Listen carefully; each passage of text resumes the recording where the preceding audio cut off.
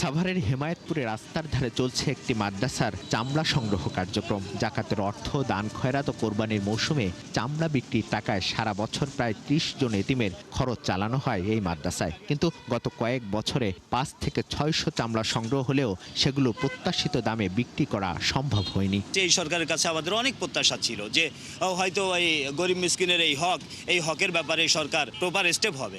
হ্যাঁ, কিন্তু এই সরকারও আমাদের ব্যাপারে কোনো রকম, আমাদের এই ছাত্রগুলোর ব্যাপারে কোনো রকম কোনো ভ্রুক্ষেপ করে নাই। মৌসুমী ব্যবসায়ী আবদুল্লাহর অবস্থা আরও কঠিন। ঢাকার বিভিন্ন স্থান থেকে চামড়া সংগ্রহ করে সাভারের তেনারি এলাকায় বিক্রি করতে এসেছেন তিনি। তবে কাঙ্ক্ষিত মূল্য না পাওয়ায় জানালেন ক্ষোভ। অভিযোগ করেন ফরিয়াদের দৌরাত্বের কারণেই উন্নতি হচ্ছে না এই শিল্পের।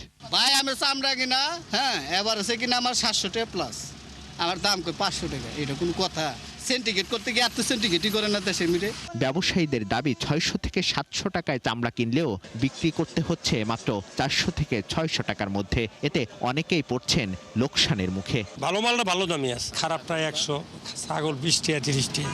এখানে উন্নতি হচ্ছে না। এখানে আমাদের যে সরকার তারা যদি মনে করেন খেয়াল না রাখে তো আমাদের মতো লোকাল পাবলিকও তো এটা কিছু করতে পারবো না। সরকার যে রেট দিছে এই রেটে চামড়া আমরা বেচতে পারি না। এরপরে যে বিগত সরকারগুলো আইছে চামড়ার প্রতি এরা কোনো দেয় নাই, মানে কোনো গুরুত্বই দেয় না। ট্যানারি মালিকরা বলছেন এবার ঈদে পশুর চামড়া সংগ্রহের লক্ষ্যমাত্রা ধরা হয়েছে প্রায় ১ কোটি পিস। তাদের দাবি সরকারের নির্ধারিত মূল্যেই বিক্রি হচ্ছে চামড়া। তবে বাজার সম্পর্কে সঠিক ধারণা না থাকায় ক্ষতির মুখে পড়ছেন মৌসুমী ব্যবসায়ীরা। একটা চামড়ার ৩ থেকে ৩৫০ টাকা খরচ, ৭০০ টাকা হইলেও তো ১০০০ টাকার উপর পড়ে।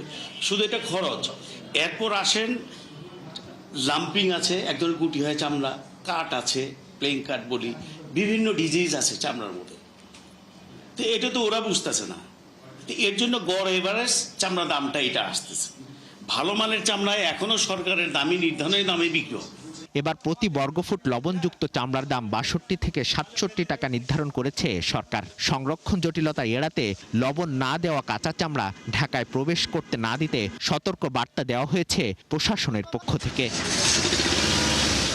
মিসবাহ হাসান, ৭১, ঢাকা।